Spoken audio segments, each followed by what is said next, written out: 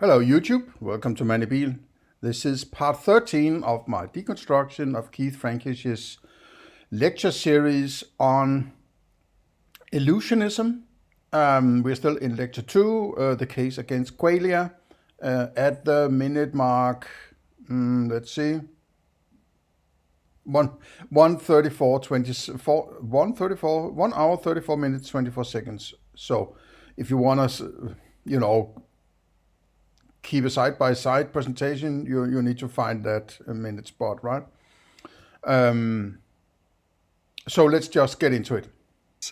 Latest book, From Bacteria to Bach and Back, published in 2017, and a couple of passages from that. These are passages that, to some extent, sum up some of his earlier claims about consciousness, but also put them in a slightly different way. So qualia as intentional objects and the hard question. Let's begin with a kind of a reminder of what qualia is supposed to be. I'm going to show you an inverted image, and I want you to fix your gaze on the center of the image and hold it there for, let's say, 20 seconds or so, and then I will replace the image with a white screen, and you will see an after image. Okay, so fix your gaze on the center of this image.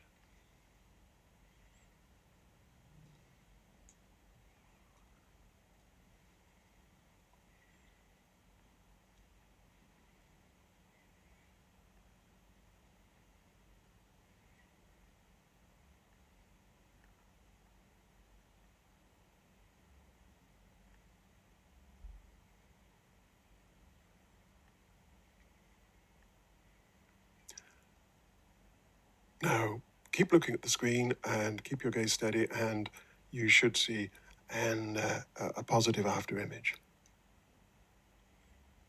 Now, you should see an after image of an American flag in its true colors, blue and red.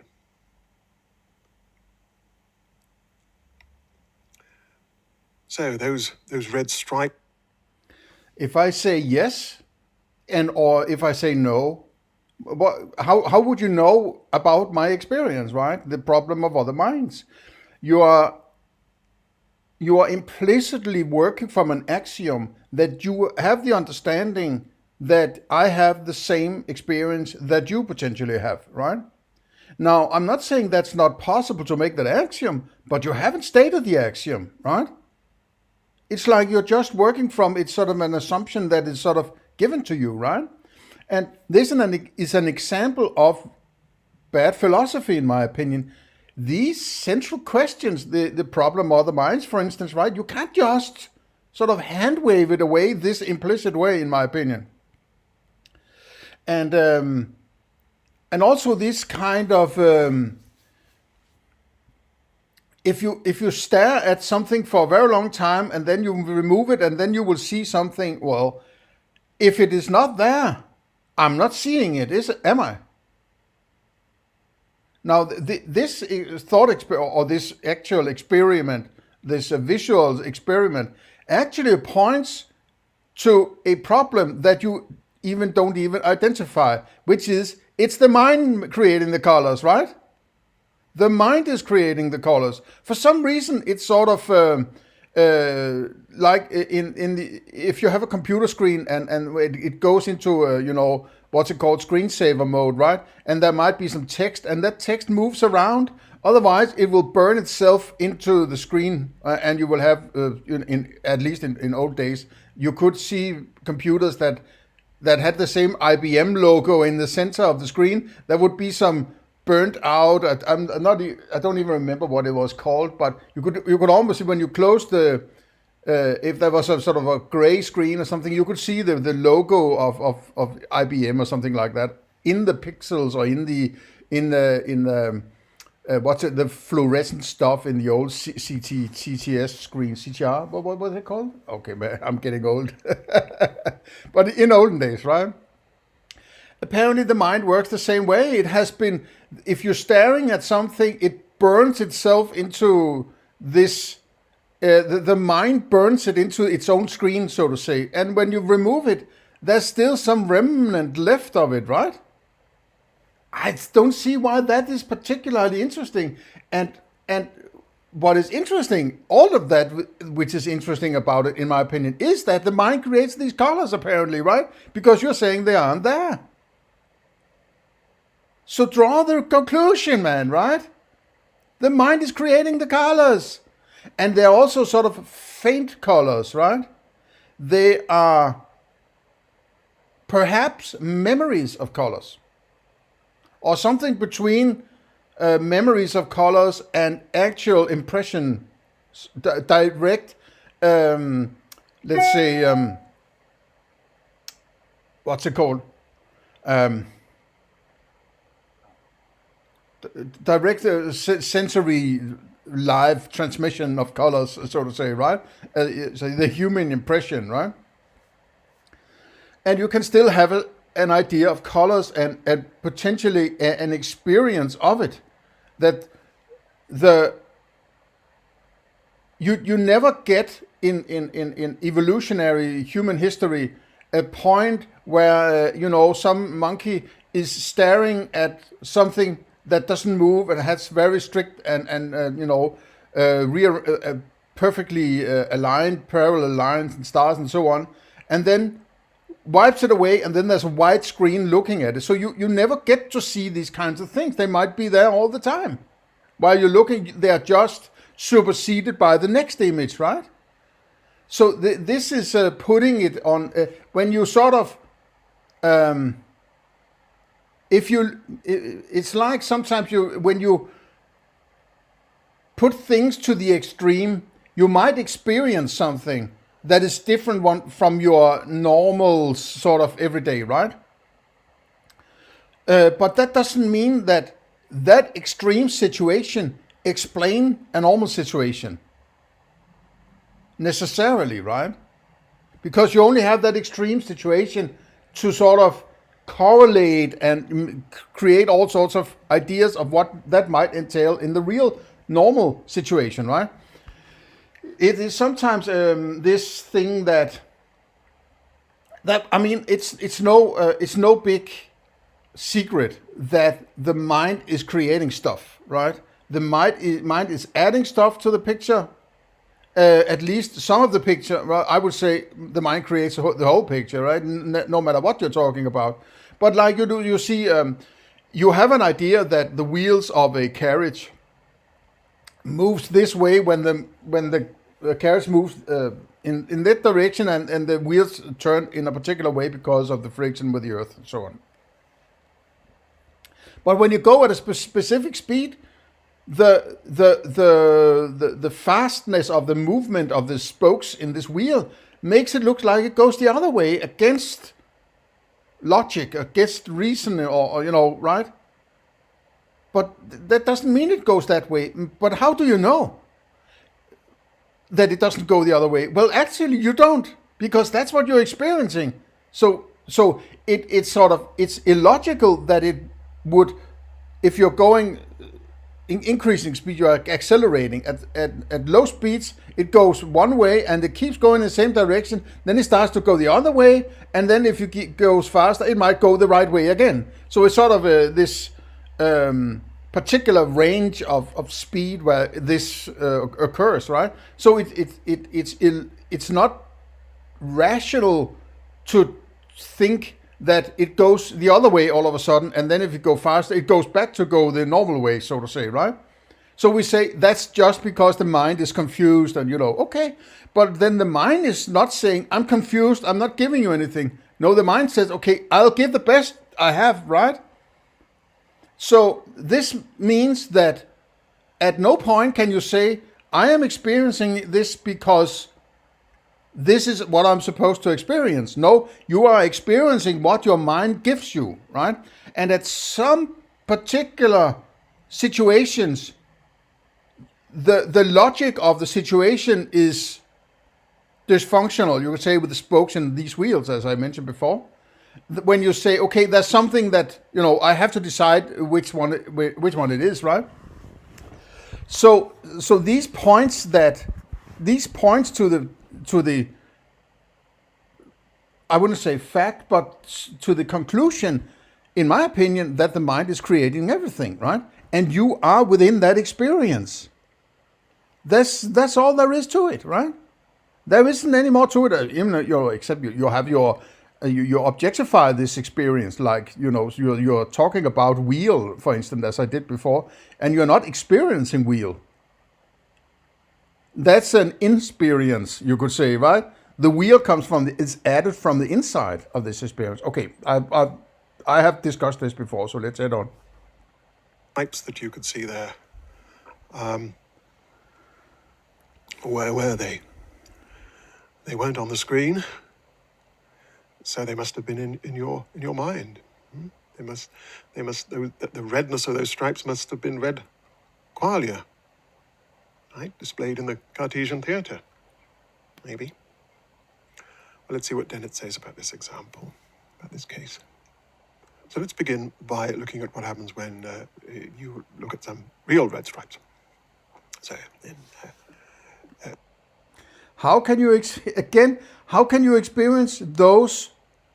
You are in a third-person God mode now, right? Nobody can experience that. You can't experience that, right? You are always on the inside of that. If you're saying you're experiencing, you are a third person looking at this situation, you are saying that those red stripes on that whatever ball, right, is outside me, just like it is outside that whatever individual there, right? So if you're saying your experience is outside your brain, and your experience is encompassed by your brain, how the hell can you experience it? It can't both be inside your brain and outside your brain at the same time, right? That makes no sense. If you allow that, then it's crazy talk, in my opinion, right? So I'm both in your mind and outside your mind at the same time. Fuck you, right? So, that experience you're referring is also all of it something that is inside your mind. I'm not saying that there isn't anything outside your mind, but if there's a relation between that which you experience and that which might be outside your mind, if you state that axiomatically, then that which you are referring to there is the experience version of whatever it is out there, which you then do not have access to then, right? Now you need to identify this paradox, which you apparently haven't done yet because you're not sufficiently able to alleviate yourself from habitual thinking, right? This needs to go away. You need to understand what you're doing, right? You are extracting yourself into you're removing yourself into abstractions, interpretations of your experience, right? And putting yourself in God mode and telling everybody this is what is going on everywhere, right? So, it doesn't work. This is bad metaphysics, right? Simplifying considerably, there are some red stripes there, and they cause a representation of red stripes in your brain. As I say, this representation of red stripes? So, in order for you to have a representation of those red stripes, right? The red stripes are traveling through your eyes, and then they are they're just putting them so the red stripes are... No, there are no red stripes traveling anywhere, right? Because if they traveled into your mind, they would no longer be outside, right? There can't be two places at once, right? Otherwise, you are sort of violating some fundamental axioms like the law of identity, possibly, whatever, right? I'm not saying that they can't be challenged, but, then you need to state that you're challenging them, right? So what is going on? Is it sort of a genetic, what's it called? These sheep, oh man, I'm getting old. Genetic copy that sort of, I will create another one of myself with red stripes, and that will travel through the eyes and then manifest. But what if there are a million people? Okay, then I need to make 1 million copies. Or how does that work? Because if what goes through your eyes is light, is photons, those are not red stripes, are they? And if there is something about them that makes them able to understand, yes, when I hit that thing there, I will have to remember that when I get into the eyes of somebody and into their mind, I have to represent that as a red stripe or something like that. Is that how it works? No, that red ball is purely something that is in your mind. And how it becomes that, you have no access to, right? Because you have to have an experience of whatever it is. It's an experience machine, right?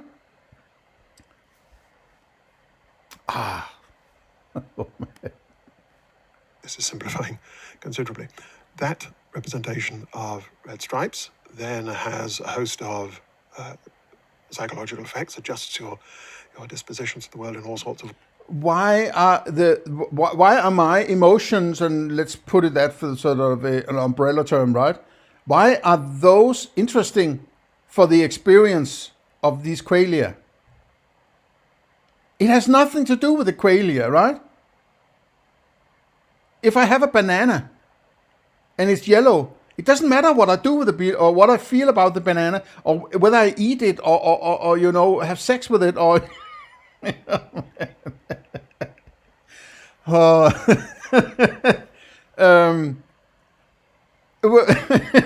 just got some weird pictures. It's still a fucking banana, right? A fucking banana. Fucking the banana, right? Okay. It has no bearing on the banana and the yellowness or whatever of that object, right? That I have some reaction to it. I don't get what he's trying to get at, right? Because he's got everything wrong here. There's nothing that is metaphysically, coherent about it, right? First of all, the colors out here, not in here. There's such representation. No matter about that. There's just representation. Doesn't matter. It's just a movie theater. It's not the real thing, right? The real colors are out there. So this is possibly what he calls I'm using my pointer here, but what he calls representation of red stripes is what he consider the likeness of it. What its likeness, right? That's what it's like to experience red stripes, right? So he thinks the qualia or the colors, which are not the qualia, apparently, the red stripes are out there. They're just, hammered into marble somehow. And then he has some qualia representation of that which he already knows are red stripes, right? For some reason, he has access to tell us what is actually out there, and he doesn't need these qualia. That's just echoes of the real thing out there, which he apparently thinks he has access to, right?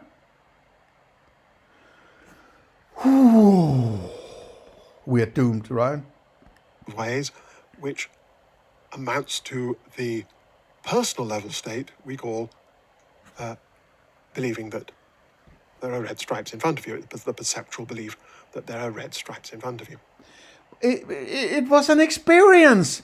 It was not a belief. I was not saying, I'm saying there should be stripes there. It's not a belief. I'm not forcing my mind to have experiences. Intentional object. I don't have an intent on that. What the hell are you saying, man? What is this?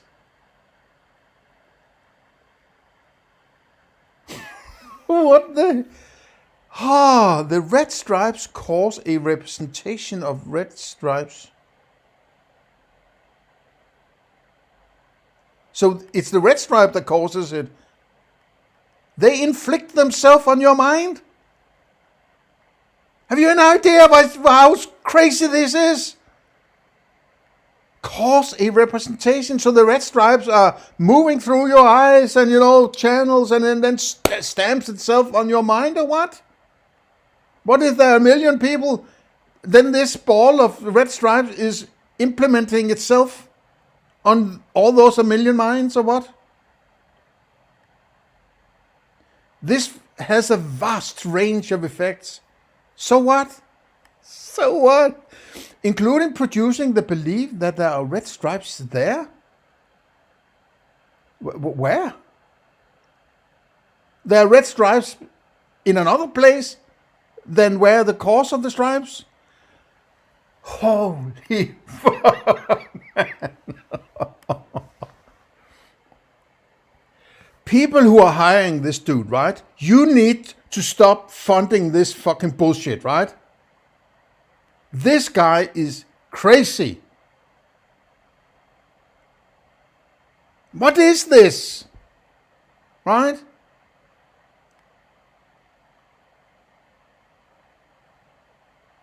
Crazy talk. All in order to save, science from the hard problem of consciousness.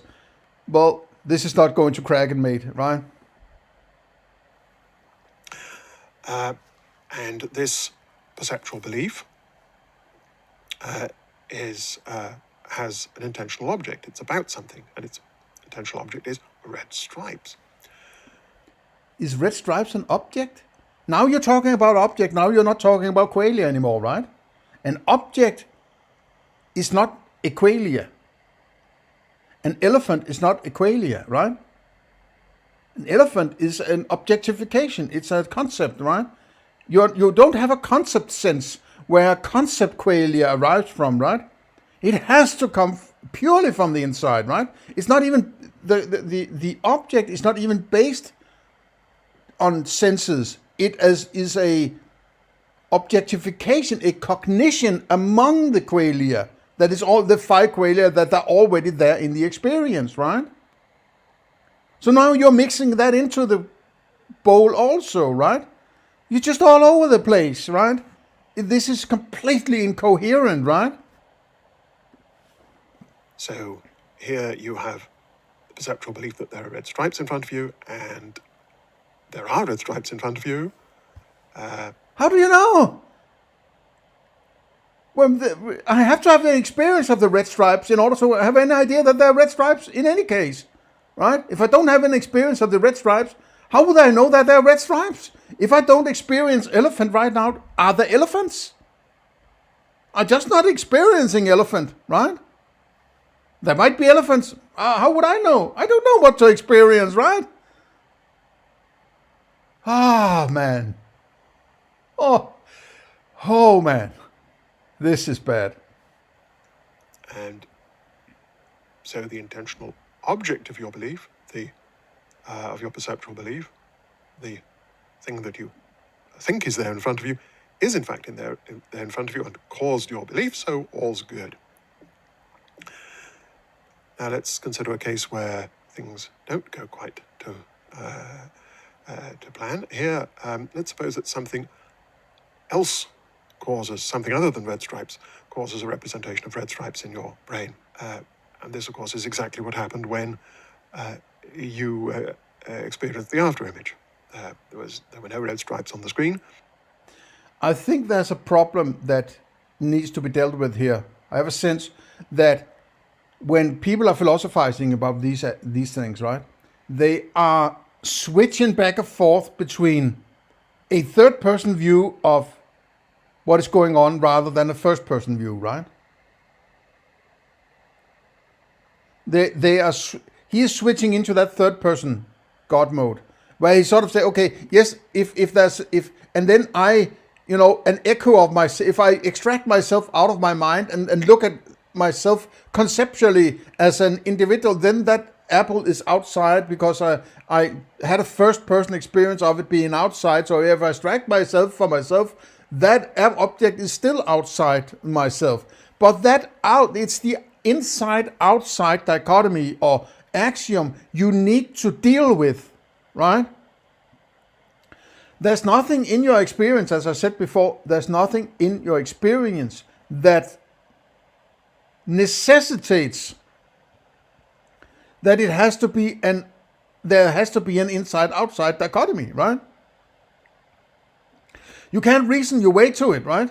I mean, you could say you can make some reasonable statements, but you can never get to the goal. You can never get to, and therefore it must be, right? I would say you have to state it axiomatically. Because you can reason your way to it, you have to say, I am working from an axiom that this is a representation of an outside, right? It can't be the outside itself, because then I wouldn't experience it. Then it would be outside my experience, right? Otherwise, I'm violating the whole idea of the inside-outside, right? I can't say there's an inside-outside dichotomy, and then all of a sudden I have both the inside and the outside. Then there is no dichotomy, right? If it's outside, then it is an inside. And if your experiences are on the inside in order to have an idea about the outside, which would be the only reasonable conclusion about why there is an inside experience, or an experience in this kind of dichotomy, right? Then you can't know about the outside, as Immanuel Kant would say, right? You can't get it both ways. You can't eat your cake and you can have your cake and eat it too, right? You can't both say, yeah, there's qualia, but I know the stripes out there. No, you don't. The stripes are in there, right? You're just going implicitly from the axiom that those are representation of the outside, and those stripes are actually out there. You can't know that, right? You can't get to it, because you need the stripes in there in order to have anything to say about the potential out there, right? The representation of red stripes in your brain was caused by activity in your retina. The cones in your retina had become fatigued by exposure to the inverted image, and when the image was removed, they sent a signal appropriate to the presence of the positive image. Again, this representation of red stripes has a host of psychological effects, subpersonal psychological effects, which amount to the creation of a personal level perceptual belief that there are red stripes in front of you. But since there are no red stripes there, things have gone wrong. Maybe there's a tendency in the mind that the longer that something stays in the same qualia stays in the same piece of space, the more this space is influenced by these. But when the thing itself is removed, what is left is a different kind of experience. It's a remnant that the mind then tries to make sense of using sort of base qualia, you could say, right? Then there's an echo of something, right? I don't know how these things work, but I don't see why they had any bearing on the actual qualia I had before, right? Because they've gone now, right? Man. So you're having an illusion of red stripes there. Why is it an illusion? What's an illusion? Do you know what should be there? How can you tell? All you can say is, I have this weird experience there. Why is that an illusion? How do you know? Why wasn't the red stripes an illusion? How did you know that? Which is what you're implicitly saying. You knew those red stripes are supposed to be there, right? How do you know? You need to have an experience of it. That experience might as well be an illusion, right? I'm not saying it is, but you can't be so cocksure about this, right? It's like you're the God telling the world this is what is there, this is what's not supposed to be there, whatever, right? Who do you think you are, man? Okay. Now, I say things have gone wrong, but sometimes this kind of thing is perfectly okay. So here, I should say the intentional object of your belief is not the same as its cause. It was caused by activity on your retina, but the intentional object is red stripes out there in the world. Okay. Now, as I was saying, sometimes this sort of thing is He's acting, the way he's presenting is just sort of, there's no, it's like the underlying notion I get from his way of presenting is that this is just given. This is just, he's just reading aloud, sort of, he's just presenting, this is of course how it is. There is no, there's no expression of skepticism or, yeah, but I might be skeptical about this. It's like, this is just how it is, right? And he's very sort of, like he's sitting with 20 people in a classroom, and sort of this droning away, right? He's not being philosophical about it, in my opinion, right? He's a bad lecturer at most, right? With a honorary professor title, of course, right? Because this academia need people like him to be a sort of a gatekeeper of real philosophers, right? We don't need real philosophers here. They will eventually point out that, taxation is, coercion, right? Is perfectly okay. Suppose that suppose that you have a representation, various representations related to Sherlock Holmes, okay, which aren't caused by Sherlock Holmes, but are caused by you reading a book by Arthur Conan Doyle, The Hound of the Baskervilles, say. And again, these Holmes-related representations will cause all sorts of have all sorts of subpersonal psychological effects, which will amount to you, the person having beliefs about Sherlock Holmes. And Sherlock Holmes will be the intentional object of these beliefs. Now, again, here as in the illusion case, the cause of the belief isn't the same as its intentional object. The cause was a book, and the object is Sherlock Holmes. But here, there's no problem, and it's a kind of benign illusion, if you like. So that's the explanation of what the red stripes you experienced were. They were the intentional object of your perceptual belief, just as Sherlock Holmes is the intentional object of the belief you form when reading The Hound of the Baskervilles. Neither of them were real. There are no red stripes on the screen. There's no Sherlock Holmes in reality, nor were there ghostly qualia versions of them in your mind. In your mind, though. So now he's conflating a live experience, inner experience of colors. Let's put it that way. They're not real impressions, but they're maybe somewhere in between, right? But they are part of the screen of perception, mechanics, right? It's just an echo that we don't usually see because we are the picture is usually full of something, right? So we don't have an idea of it, right? But then he's conflating this with an idea of a picture of some fiction character you have seen in a book earlier, right? That's not the same category. It's ridiculous, man, right? It's ridiculously how bad this philosophy is, right? Anybody with half a brain should be able to identify the problems here, right? And why is this, Sherlock Holmes dude, why is he sitting outside? I need to have an experience of him inside, right? So I'm putting it outside. How does this work, man, right? It's like, yeah, everything. I know everything that goes on out there, and this weird show inside your brain, it doesn't matter. I know what's going on out there, right? I'm telling you, I'm reporting it to you, right? Fuck off, man. They were just subpersonal representations of various kinds, which caused all sorts of subpersonal effects and put you in that personal level state of believing that there were red stripes there, believing that Sherlock Holmes lives at Baker Street and so on.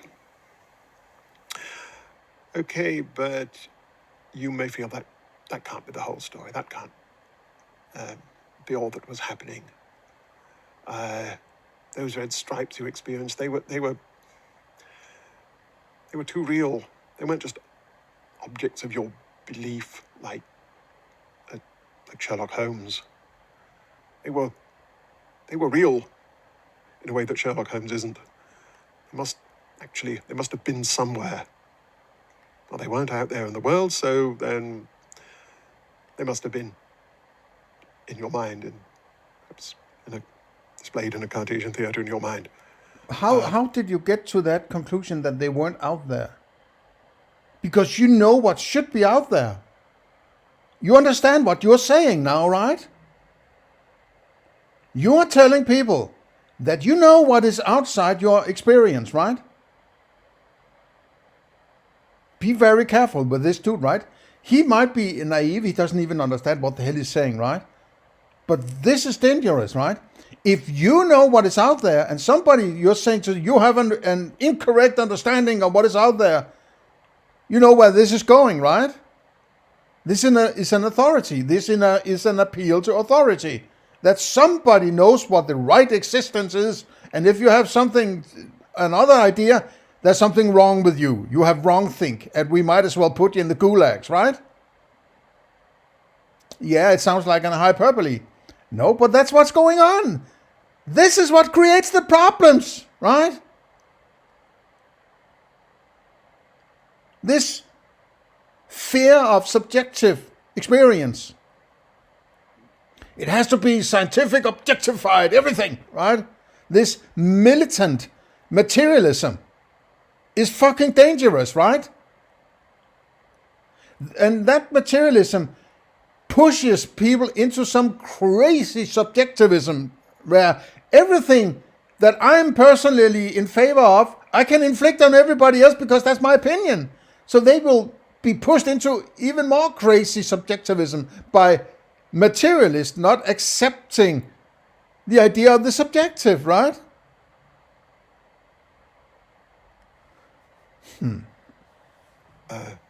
The processes that caused your representation of red stripes must also have caused some red stripe qualia in your mind. And that's what you were really aware of. And if you think that, then it's tempting to think that when you perceive real red stripes, again, what you're directly aware of is something internal, the red stripe qualia. Those are the things that are constant between real perception and illusion. And of course, Dennett thinks that's a mistake. Here's what he says. Qualia are supposed to be these somehow internal subjective properties that we are acquainted with more directly when we are slightly less directly acquainted with their normal external causes, real red stripes and so on, in the world. When you make this move, you are positing an internal cause that has the same properties as the intentional objects that normally cause your perceptual beliefs, except that these are private subjective versions somehow of the public objective properties of redness and so forth.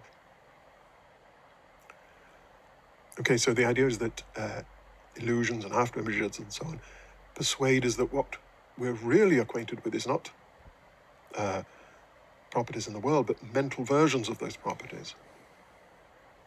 And even when we really are perceiving things in the world, what we're directly acquainted with is these mental versions of them. And those mental versions stay the same whether we're genuinely perceiving something or having an illusion or a hallucination of it. But then it insists that this is to make a serious mistake. When you experience the afterimage, there were no red stripes on the screen. And there were no red stripes in your brain either. There were... What? So I've experienced something that wasn't an experience. What the hell? And what is that? It gets more and more crazy, right? Please, I'm like, I know this all stems from bad metaphysics, right? And I identified that very quickly, that he suffers from this materialist paradox, right? It's bad metaphysics, right? And that's why he ends up with these complicated, weird things that is completely nonsense, right? You can't possibly have this insight that he's apparently saying he has. And it's a very good indication of bad philosophy when it gets more and more and more complicated, it seems, right? Now he's talking about that experience which has this color, but it's not there. It's not an experience. It's not outside. It's not inside. And what the hell, man? Where is all this stuff going on, right? And how do you know about it? There were no red stripes of the relevant kind anywhere. Your perceptual belief was simply mistaken. If someone had read the Sherlock Holmes stories and taken them to be about a real person, they would have been simply mistaken. There is no Sherlock Holmes in the real world. The How do you intentional know? object of their belief How do you know? doesn't exist. How the hell do you know? It wouldn't be right to say that there was a real... You would have to have a complete overview of the complete universe, in my estimation, in order to say, well, it's nowhere, right? Just because you can't say that it exists doesn't mean that it doesn't exist, right? I'm not experiencing elephants at the moment, so that, elephants doesn't exist. If I've only read about a book about elephants, right, and the book says, yeah, elephants exist, I would have to say, well, elephants don't exist because I only read about them in a book, right? If the book says Sherlock Holmes exists, but I would say, well, it's just a book. It doesn't exist. If I've only read about elephants in a book, I will have to say elephants don't exist, right? So what is your method of drawing knowledge conclusions and knowledge conclusion within some kind of metaphysics debate, right? This is garbage, man, right? It's absolutely fucking philosophical garbage, this. all subjective Sherlock Holmes in their head. There's just a lot of false beliefs about Sherlock Holmes. Here's how Dennett puts it. Once you realize that the intentional objects of mistaken belief simply do not exist anywhere, then you have no need in your theory or conjecture for weird internal something or others with mysterious properties. So when you seem to see a red stripe when there is no red stripe in the world as its source, there need be no other thing made of red figment that is the real seeming you take yourself to be experiencing. Okay, well, we'll be coming back to some of these ideas later in the course. Let's move on to one last example. This involves what Dennett calls the hard question. This isn't exactly a response to David Chalmers' hard problem. Dennett actually used the term hard question back in his 1991 book, Consciousness Explained, before I think Chalmers coined his term. But let's have a look at this. Suppose that all that I've just said isn't right. Suppose that perception really does involve some internal version of the external properties that are being perceived. So then it would have to be that something like this happens when you have a visual experience. Light rays hit your eye, photosensitive cells in your retina react and produce neural signals that travel to your visual cortex. So the incoming electromagnetic radiation, incoming light rays are transduced, converted into patterns of neural signaling, patterns of neural firing. But then, at some point, these patterns of neural signaling are converted into qualia. They produce corresponding qualia. Qualia corresponding to the original light rays. So we have a transduction from light rays into neural signaling, and then a second transduction into qualia, which are a mental version of the original stimulus. Okay. Well, again, then it has a question. What would happen then? What effects would the qualia have? And this is what Dennett calls the hard question.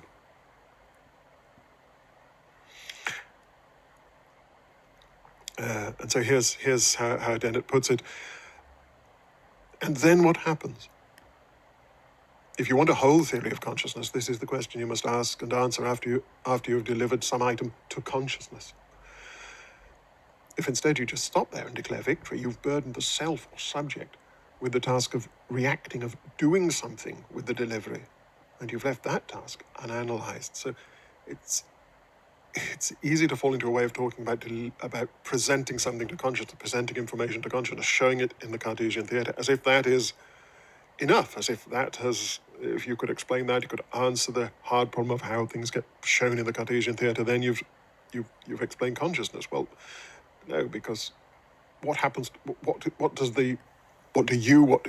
your brain do with the show? If there's nobody watching the show, nobody reacting to it, then what's the point of it? There has to be an audience, and the audience has to respond in some way. If it's to make a difference to anything. So what does happen then? Well, if the qualia show is going to have any effects on your reactions, your reports, your memories, your emotional states, on any aspect of your psychology or your physiology, then there's going to have to be a transduction back into the medium in which the brain does all that. There's going to have to be a transduction back into neural signaling. Because neural signaling electrochemical signaling is the language of the brain. It's electrochemical signals that get things done in the brain. So why not just cut out the middleman?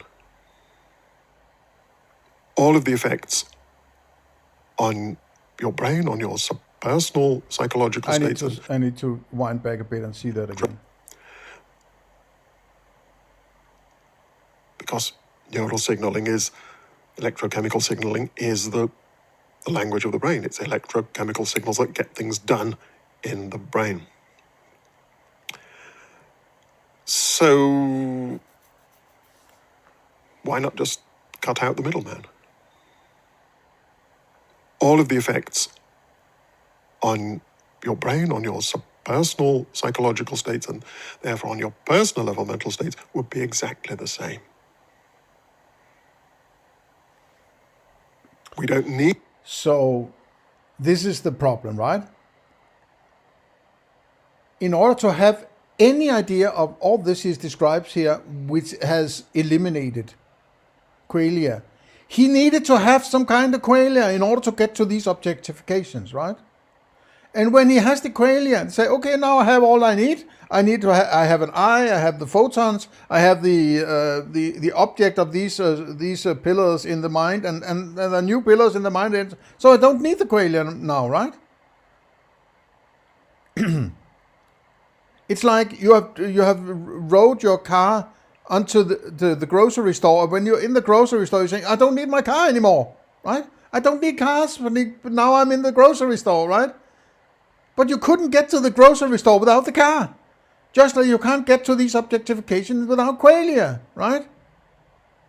Yeah, you can sit there and say, now I objectified my reality with these objects and I'm connecting with arrows, and so I can eliminate this in this sophist way. I can eliminate the qualia.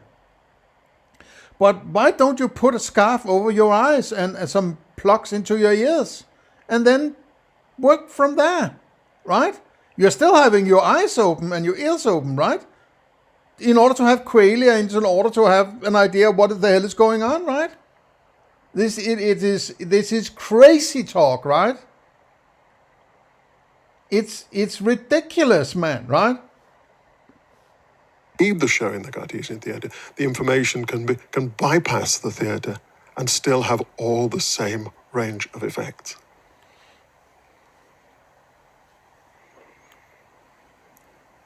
So, if there were a qualia show, it would be redundant. You could cut it out and not notice the difference. You can't tell introspectively whether there is a qualia show.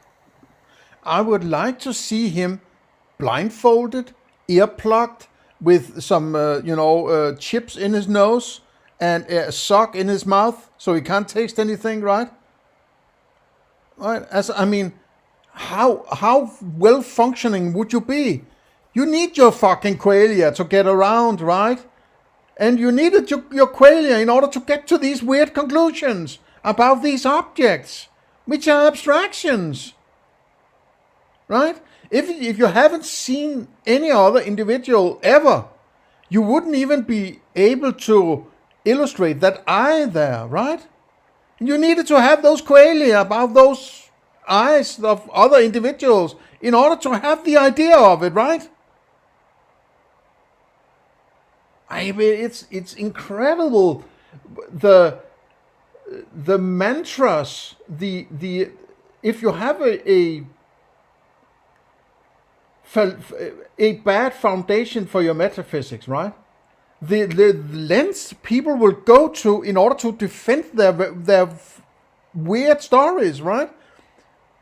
They're willing to go and say your colors, your taste, your sounds, and so on. They don't matter. They're just for fun. It's just a fun show along for the ride, right? Just enjoy it. It's not important, right?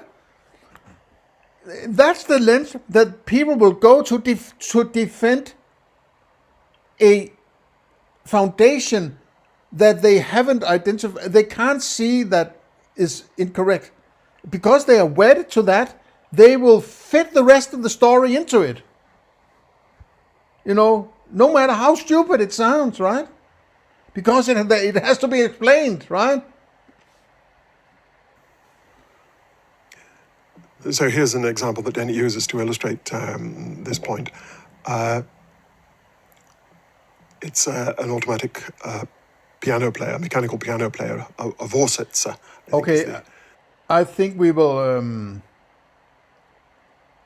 I think we will stop here, and the part 14 will be the last part I'm dealing with lecture 2. Then we will. I don't know how many more. I think there are 5 or 6 lectures, maybe more. I don't even remember. There are a lot, right? And I'm kind of baffled what the hell he's going to tell us about in the next lectures. But part 14 will be the last part of lecture 2, and I will get back to that later, maybe tomorrow or something like that. Let's see what happens. Otherwise, share, like, and subscribe. Leave a comment. Check the Discord. And otherwise, see you in the next one.